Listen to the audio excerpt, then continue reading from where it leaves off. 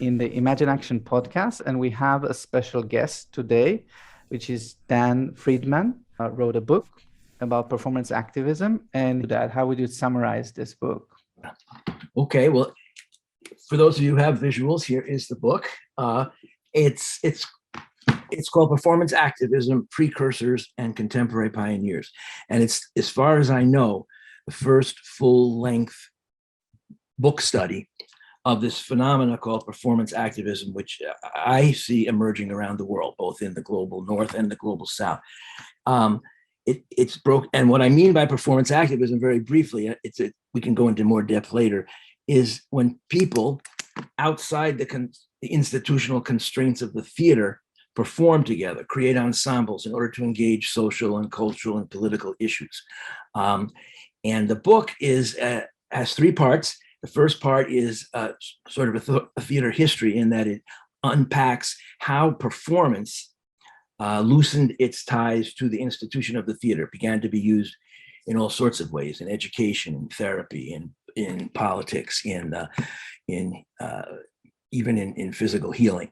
And the second part of the book is more journalistic. It takes a huge look at a very broad look, let's say, at performance activism going on around the world, from both rural and urban centers in many different cultures, and breaks it down by what impact that work is having. And I go into more detail. And then the third section is, which is called Reperforming the World, takes a deep dive into the kind of performance activism that emerged around the Castillo Theater, where I was the artistic director, and the Eastside Institute, which is a research and training center in performance activism, and how it emerged there, and why, and what it has in common with other performance activisms, and what's distinct about it. I don't know if that was a minute, but that summarizes the three parts of the book. It was pretty close. It was pretty close, and I think the challenge is the important part, not the exact time. But I think True. I loved it, and I just recently we're recording that, and Peter Brook died in 93 Yes. years, and it's interesting you said about how performance untied its connection with the theater in a way. And I think definitely he was one person to do that. So recognizing his contribution. Yeah, I'll give it to Nico. See, he had some questions about it. Yeah, I think this question has been stuck with me because you sent me a very wonderful two links for about Zimbabwe, chapter 12 and chapter 13 link. Then the other one was just communications. The stories about Zimbabwe, the theater makers about politics in Zimbabwe and stuff. So when I know, for me, I think this is what I was thinking when I read that chapter, like, why Dan is giving me chapter 13? Where's chapter 1? Then I was like, does that mean that I have to read this particular chapter? Because, yes, understand, it's about Zimbabwe, which means I'm from there. But, yeah, I was happy to see that. And so I look at it, was everything has changed a lot in Zimbabwe now than in 70s, for example. So I was, at the end, I come up with this question. What is the difference you see between the new versus the old activism? Yeah, that's a really good question. And I think it's really an important question. It's sort of the cutting edge of the book. I think a lot of the activism that we, meaning the tens of millions of progressive peoples around the world, have been engaged in for so long is less and less working. You can have huge demonstrations that have no impact on the governments. The worldwide demonstrations against the invasion of Iraq, for example, were the biggest in human history, the largest simultaneous demonstrations, and the war happened anyway. And I think that people get very frustrated with the disconnect in many, many countries between the popular will and what people are hoping for and dreaming and wanting, and what the governments are able to give them. And I think what performance activism does, it goes beyond againstism. a lot of the protests, a lot of the exercises of power is we're against the war, we're against poverty, we're against racism, and we are against all that. But the question is, what do we create new to reorganize the totality? And that's where I think performance activism comes in, because what it is people playing, people performing with each other, creating new possibilities by exploring. But you can, if you say what if and try it, all sorts of doors open, all sorts of new imaginings can happen. And beyond that, all sorts of new relationships can happen. Because if you bring people together who, for example, are raised to hate each other or fear each other, or if you bring people together who have hurt each other, or if you just bring people together who are very different, you can, each brings their history and their experiences and their way of seeing the world into the mix. And together, by playing, by performing, by being able to be both who you are and who you're not, or who you're becoming at the same time, it's in some sense, I don't mean to use mystical language, but it's magical. New things actually happen. People actually transform.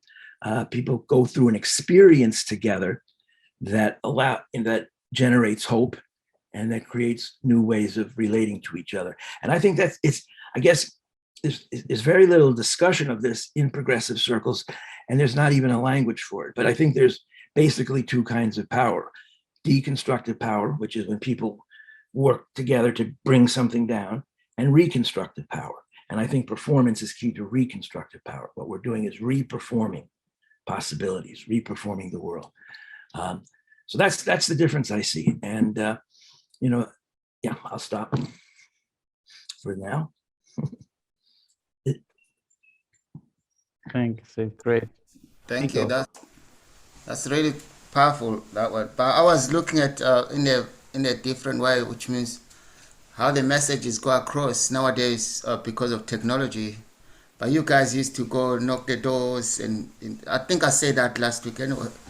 But yeah, I appreciate your answers. It really makes sense. It does. Yeah, I think that technology can be used. As we all know, in the pandemic, we all discovered all kinds of ways to do performance workshops and performances and meetings on Zoom. But I also am a real believer that live people together, performing and playing and struggling with social issues, there's no substitute for that. I was curious about when I see one part says D Diamond and Muhammad Wassem. Personal Yes. Communication, August 2020. Is that, just take me there, is that a full page or pages of this personal communication? Or No, that's I'm citing a conversation. And so let me maybe get back up a little and explain how the book came into being, because that relates to this question. When it says personal communication as a source in the book, it just means that I talked with them. And in many cases via Zoom. So a lot of the research in part 2, where we look at what performance activism does, was based on my having conversations with these activists and learning, and then transcribing what the conversation said. So yeah, and what you're referencing is a chapter about people who have taken Augusto Boal's Theater of the Oppressed and gone beyond the dualism or the dichotomy of oppressor and oppressed, to say that what really needs to be challenged is the patterns of behavior that we all are trapped in. And so what Daniel Mamposa and Mohammed Wakim and David Diamond all have in common is that they go into communities and work with the people in those communities on issues that they're interested in, but not just with the people who are oppressed, but they try to get the entire community involved in the process of creating the play or coming to see the play and dialoguing on it. And that's one of the many ways that performance activism is being used. I call that creating community conversations. But again, just to give the listeners an idea, in addition to that, I mean, the other chapters in part 2 include using performance to help people learn and teach each other, politicizing people, getting them involved in political issues, building bridges between antagonistic communities. That chapter has examples of Peter Harris in Israel working with Jews and Arabs. And it also has a thing about Dr. Laura Filani here in New York, who has brought together something called Operation Conversation Cops and Kids, where she brings policemen and young people of color from the poor communities together in a theater workshop where they can perform and use performance as a way to get beyond their fear of each other. Creating communities of conversation, healing trauma. That chapter has a lot that Imaginaction is involved with Hector, your founder, in doing work in Colombia. It also has a part of it is set in India among the Sanjay Kumar and the Pandis who work with, in this case, young people in a slum where rich people around the slum literally killed the kids and ate them. And then those surviving kids work through performance to work on that trauma. Reigniting creativity is another thing that performance activism does. And that brings it's people who go into the prisons and into refugee camps and places where people have had their hope and their imagination and starved or beaten or bombed out of them, and using performance and play as a way of reopening that human ability to be creative and imaginative, and building community, which is I think a very, very important thing that performance activism can do. It can actually create connections that weren't there before, and find new ways of relating. And that's what that chapter is about. So yeah, that's all the different categories. And again, there's lots more that I wasn't able to cover that are in the book. And then when you asked earlier, Nico, about chapter 1, yeah, I would love you to be able to read chapter 1 and all the chapters, because what we do in part 1 is we look at all the things. I look at all the things that have gradually, as we said, allowed performance to do something other than putting on a show or telling a make-believe story in front of a passive audience. And that included everything from the agitprop movement in the early days of the Soviet Union, where literally millions of people created their own plays and brought them out in the streets. The improv movement, improvisation, and how impactful that's been in the 20th century. And I could go on. Social, psychodrama, the happenings, be-ins, flash mobs, performance art in the 60s, and the avant-garde theater, and then the 1960s as a historic cultural period where experimental theater and experimental ways of living sort of impacted in on each other in very profound ways that I think allowed lots of other people to begin to use performance in new ways. So that's a more in-depth description of the book, I guess. And Nico, I don't know if it answered your question, but I just want before to say it's great to hear David Diamond, who was also someone in our mentoring program we ran for the first time. Nico was participating, and he was actually also the first guest in this podcast. So very influential. And I love this question of dualism and in Theater of the Oppressed. And I basically started with Theater of the Oppressed. I still do Theater of the Oppressed, but I'm also resisting because of that difficulty that comes with language. And there's this young social researcher, and she's trying to interview me about Theater of the Oppressed in my grad. And I said yes, that I'll do it. Although I said I'm using other things as well, and I'm kind of resisting it a lot because of this tendency. And it's a little bit in the language itself, and that's the trick of using that language, Theater of the Oppressed, is that it has a whole logic to it, why to call it like that. But it also creates this trick of there is oppressed and there are oppressors. Like it creates that dichotomy, and that creates a lot of limits because the world is more complex than oppressed and oppressor. It's not one or the other, and there is also something that lives inside of us. So our oppressor, even if we're oppressed, and we're all could be oppressed in some ways and oppressor in other ways, it lives inside of us. Our oppressor lives as well as this complexity. So just connecting with this healing trauma, which for me, meeting Hector made a big difference, meaning the kind of theater of the oppressed that Hector does, because it connected my outer motivation, my activism. And at the time, I would say I was more old activist, kind of acting. And that because I came across injustice and I wanted to change that.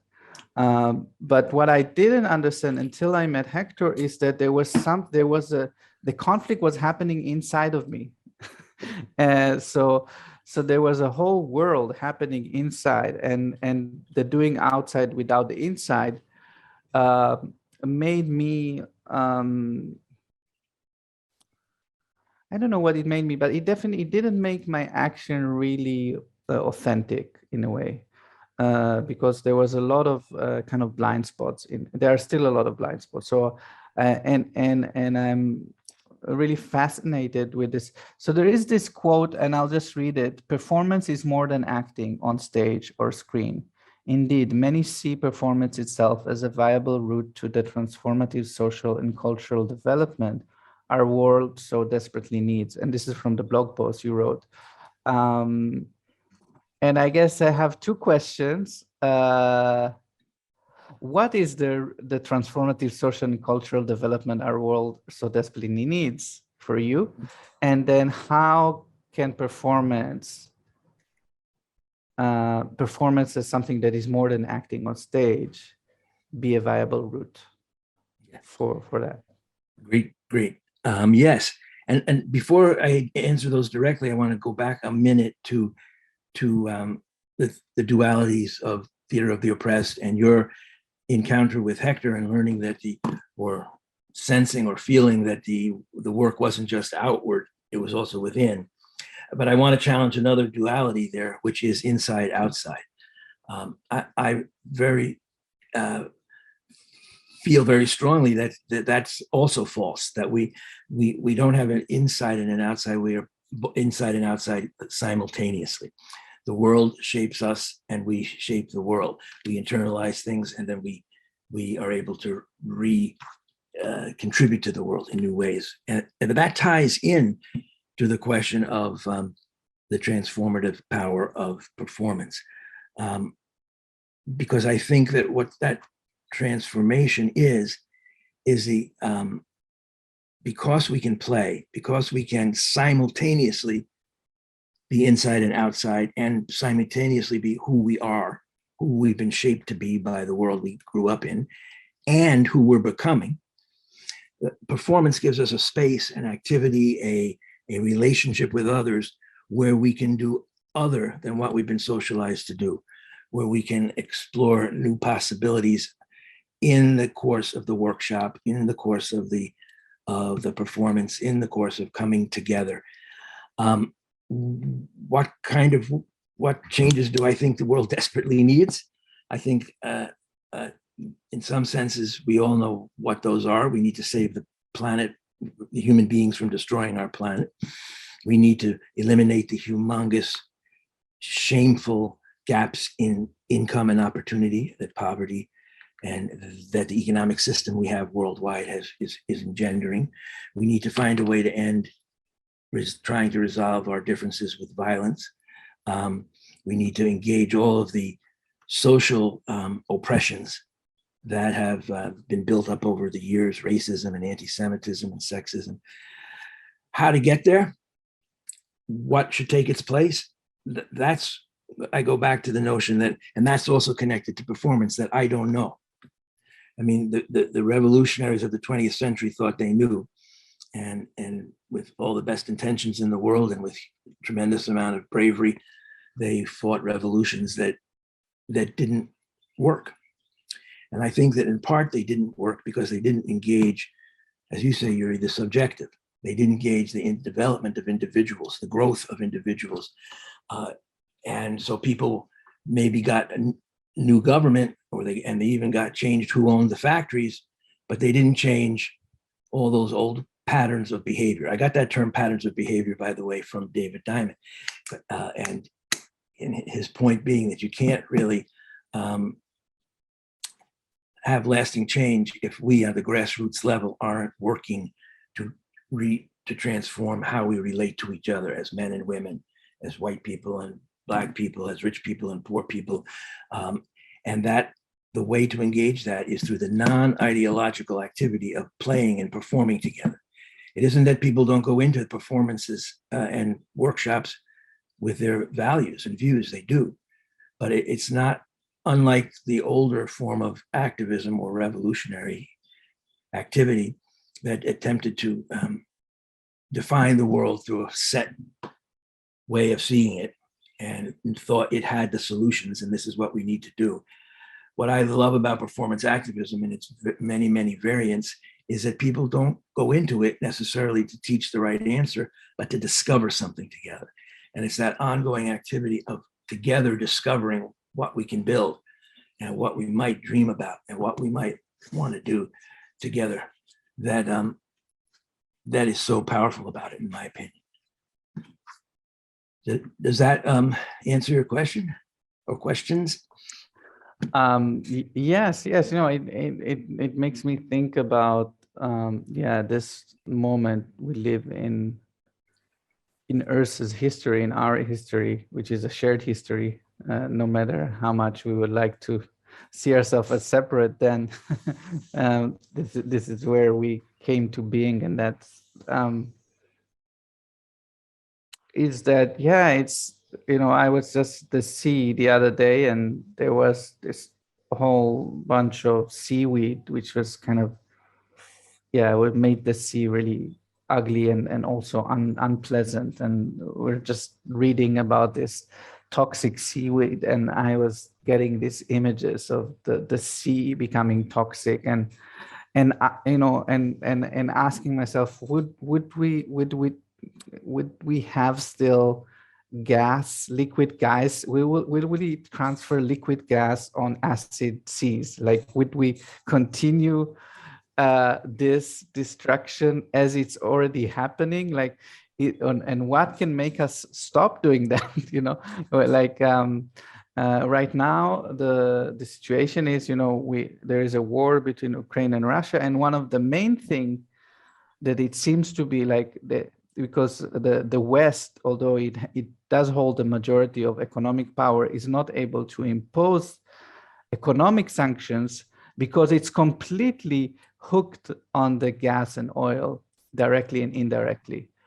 So, and it cannot let go of it, and it's unable to let go of that. And I think it's so interesting. And at the same time, the rest of the world, the developing world, so-called, is hooked on grain from Ukraine and Russia.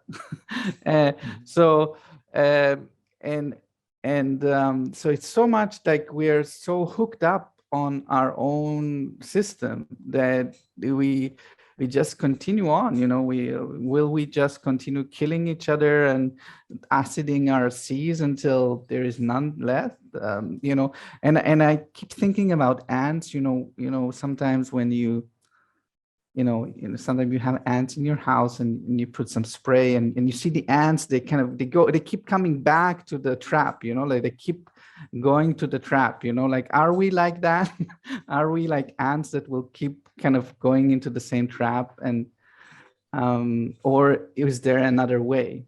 Yeah, well, that is the question.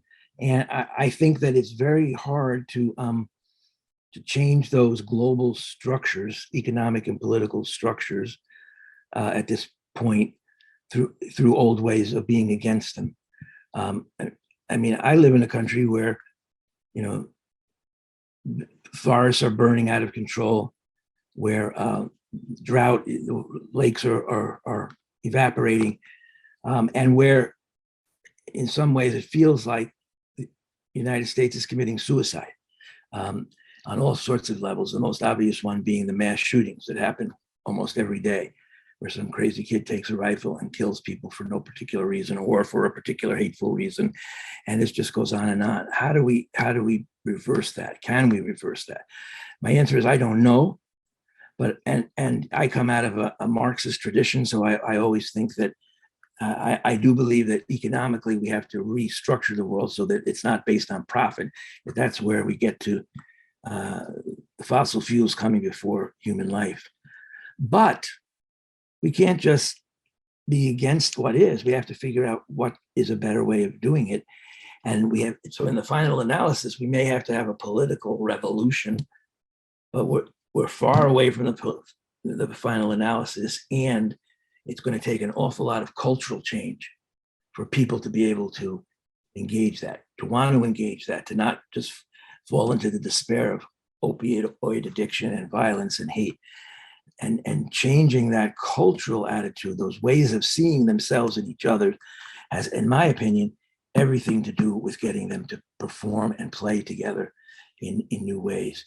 And that if we can do that, I think performance activism can be a sort of a chemical reaction on the ground where people in many environments begin to see things a little bit differently and connect up with others who see things a little bit differently. So in the end, I gave up a long time ago on mega answers that, oh, we need to overthrow capitalism and replace it with socialism, as if I knew what socialism was or could be.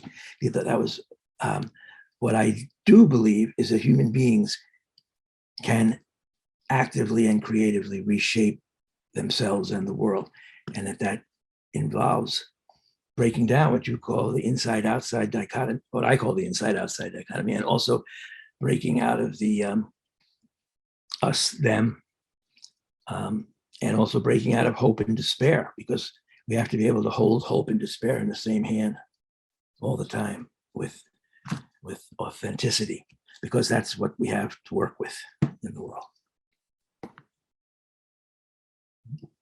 Yeah, thank you. That's a powerful image. Yeah.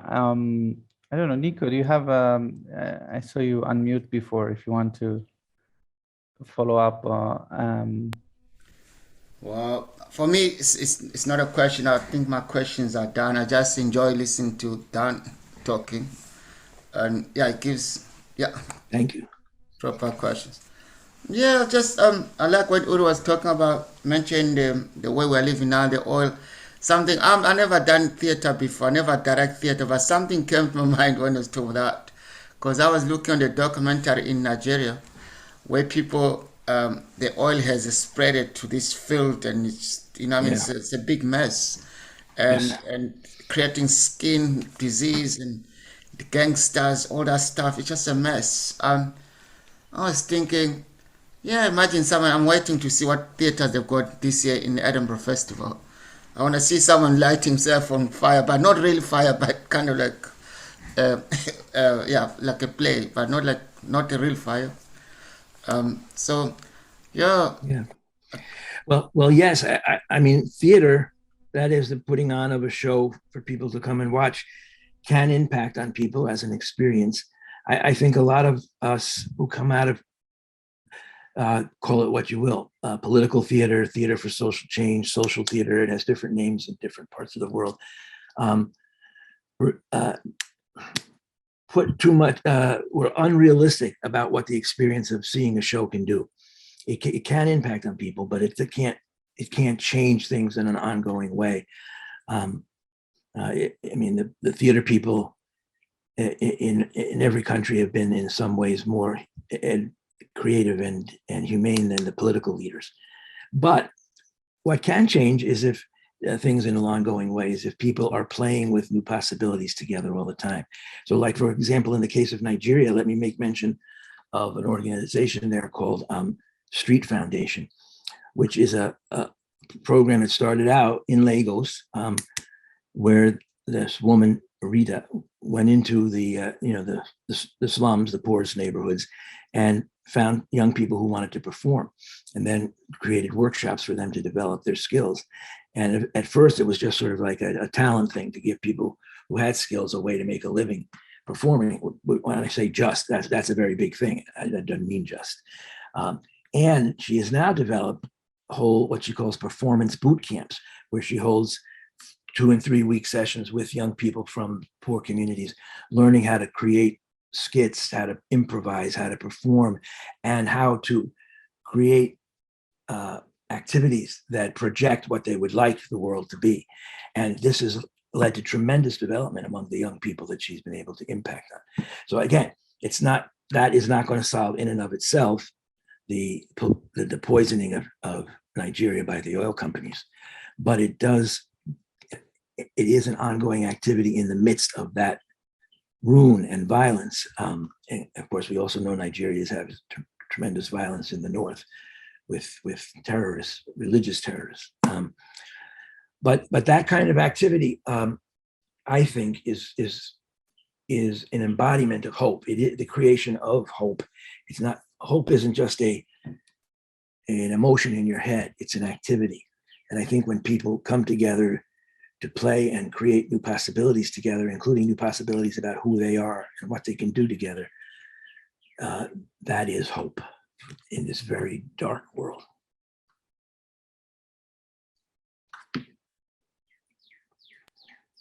Okay, I don't know Orifak if we've done this already. It's like so what do you do like here? Like now, I know you talk about people reading these books, short pages of the book online very soon. Is that the way you're getting people engaged in your books and writing?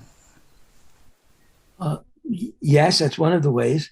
And this is another one of the ways. And I'm really grateful to you both, and to Imaginaction for giving me a little platform here to talk about all this. Yeah, well, that's a big challenge. I wrote the book because I knew all these folks around the world, and I know them in many different ways, including I helped organize a conference called Performing the World, starting in 2001, which brought together people who use performance and play in all sorts of ways, in education, and in politics, in therapy, in medicine, in youth work. And they would come every 2 years and share their work and get a network. And then there's also Play, Perform, Learn, and Grow, a similar kind of conference that's based in Europe, where I must have met you, Yuri, there, but you looked familiar when I saw you, but I don't remember. But we both attended those conferences, and so I use that network which I have tried to describe the work of many people in that network in the book. I was very fortunate to be able to teach a course in 2017 called Performance Activism at Harvard University up in Boston. And what I did for that class was interview on Zoom on a big screen. That the university is very rich, so you had a screen as big as a wall. And I interviewed Hector, for example, and I interviewed Sanjay Kumar in India, and Daniel Lamposa in Zimbabwe, and all these places, and in front of the class, and then the class asked them questions, and all of that was transcribed, and that became the core of the book. There were so many people doing such good work who don't know about each other, who don't know that they are part of this grassroots.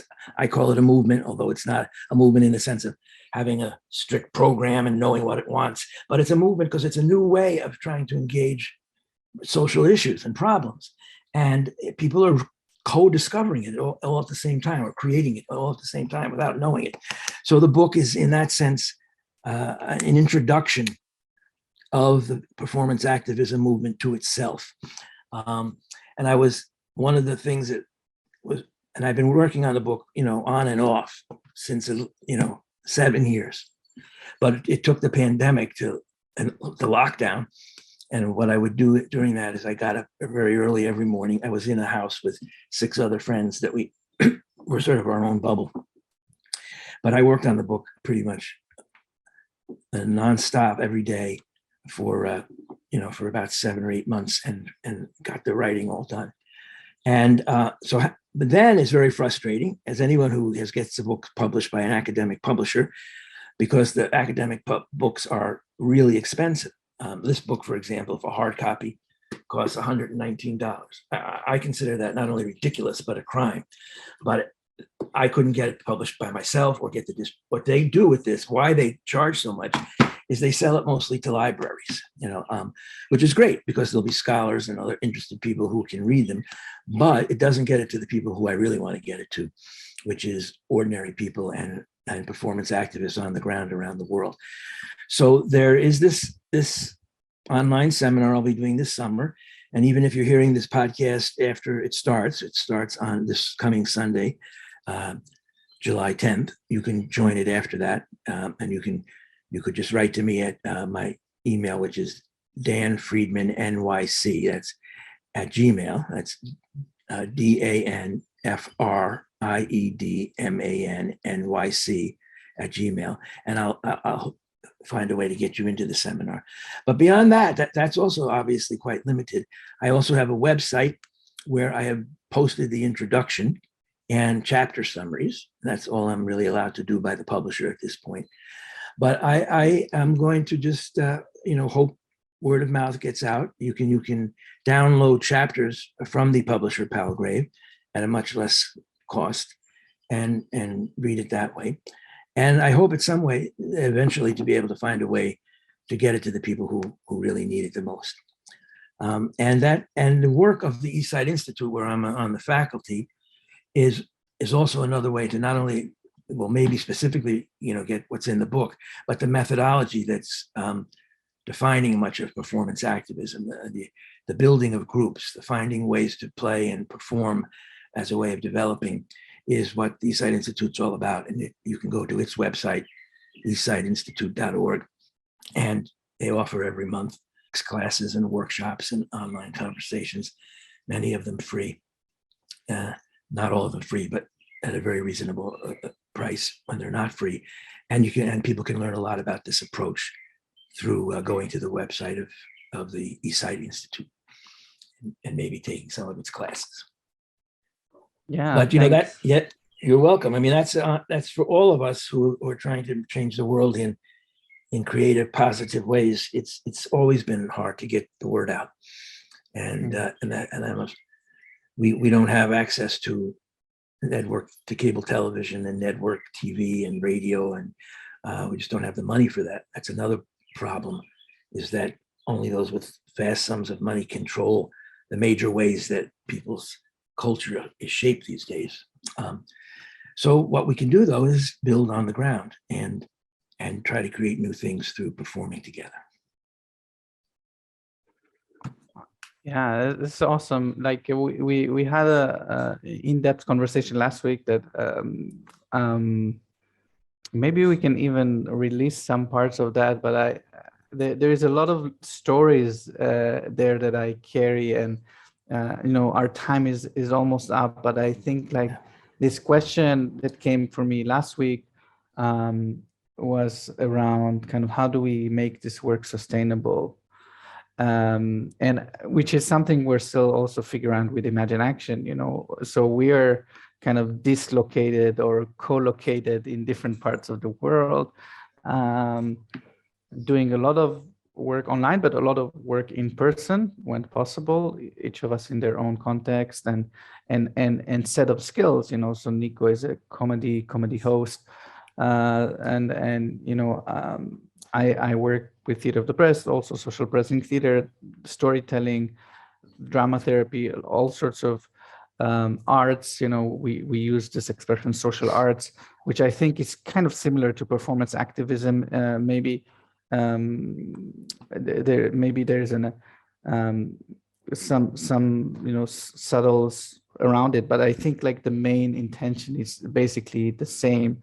Of that place, the transformative space you mentioned today around that possibility that we have through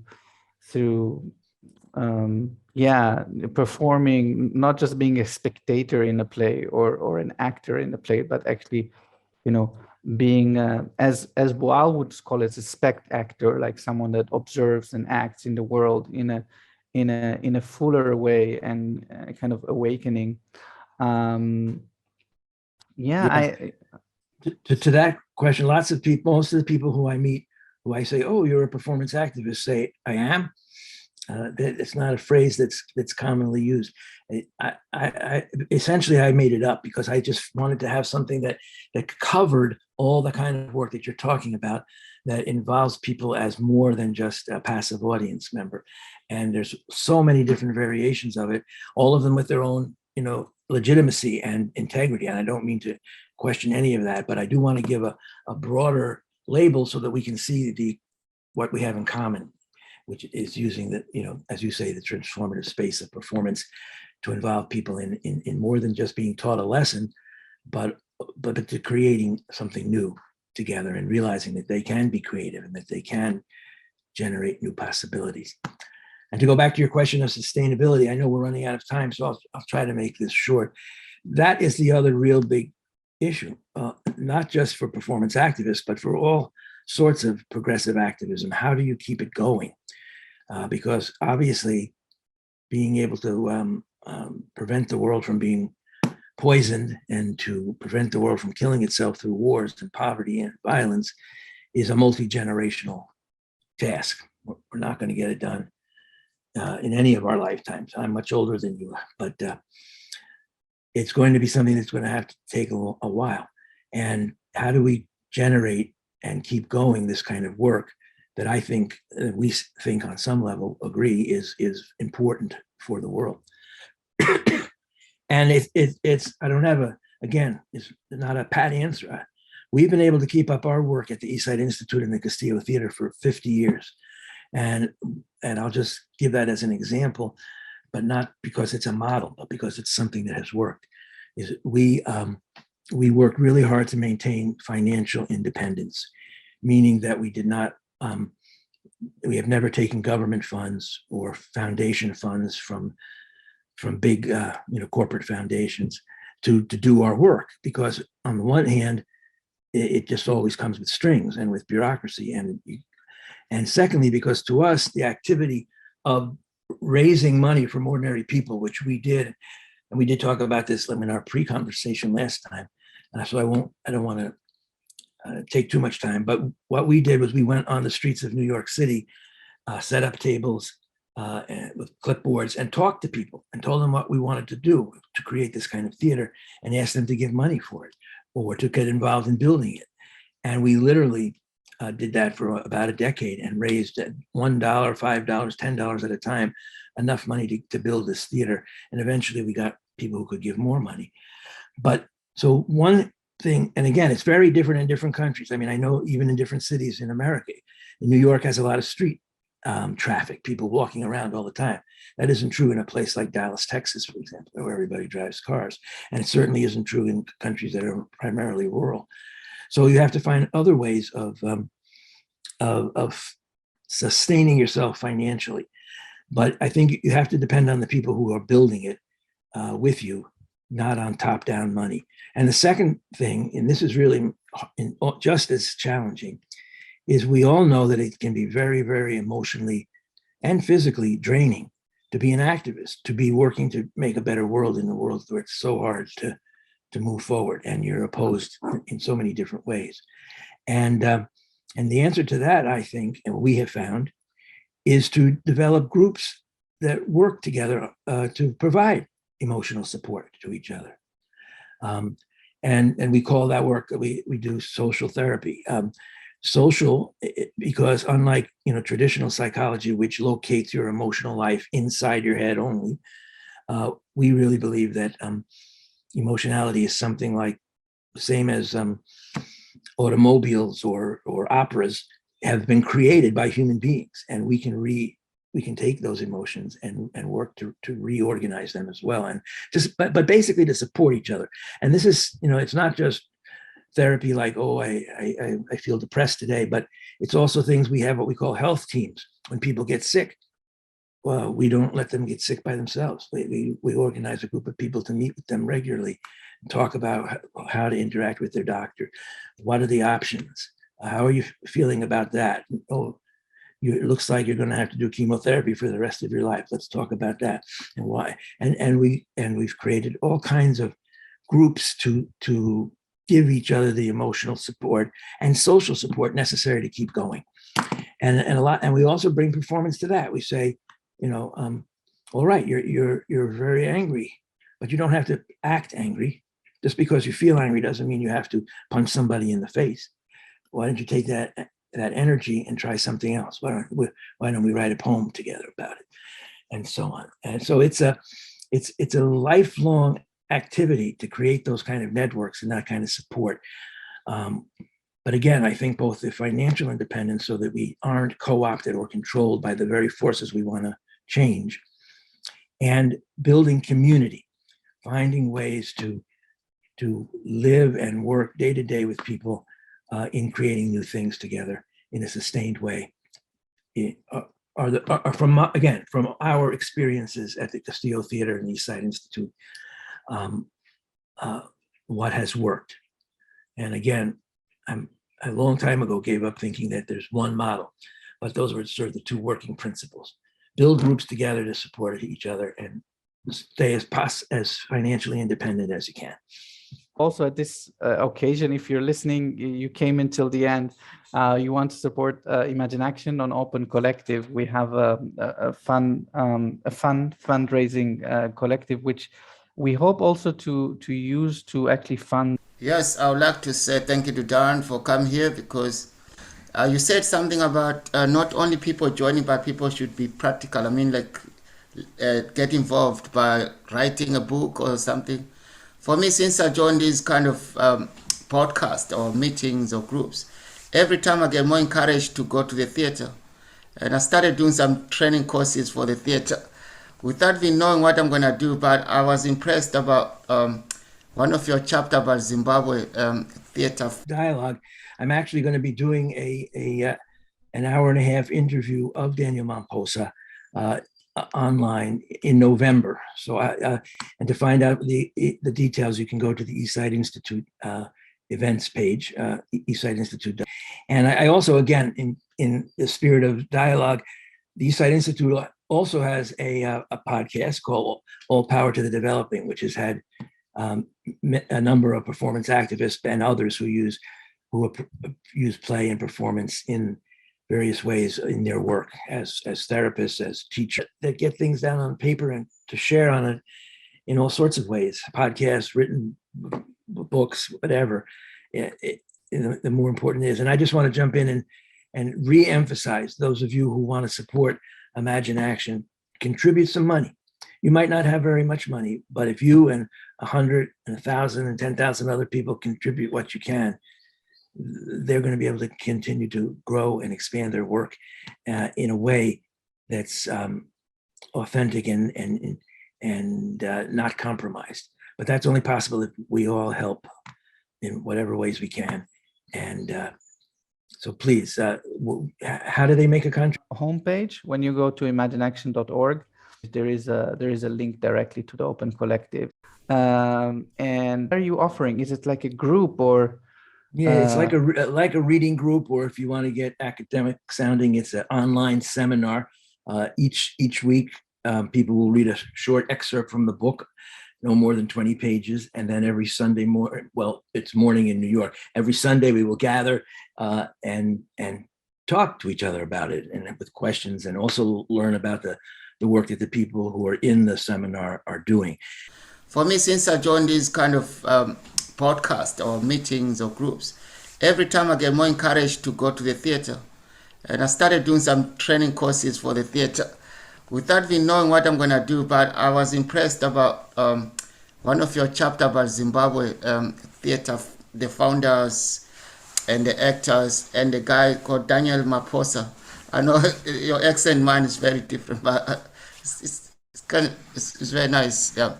So yeah, I think for me, I'll just send the same message to people. Keep on listening to the podcast, Imaginaction, and support Dan Friedman for his book. Yeah, I think that's donate if you can. Well, thank you. And in the spirit of continuing dialogue, I'm actually going to be doing an hour and a half interview of Daniel Mamposa online in November. So, and to find out the details, you can go to the East Side Institute events page, eastsideinstitute.org. And I also, again, in the spirit of dialogue, the Eastside Institute also has a podcast called All Power to the Developing, which has had a number of performance activists and others who use play and performance in various ways in their work as therapists, as teachers, as youth workers. So you might want to check that out as well. All right. Thank you very, very much for having me. I can't thank you enough for thank you, Dan.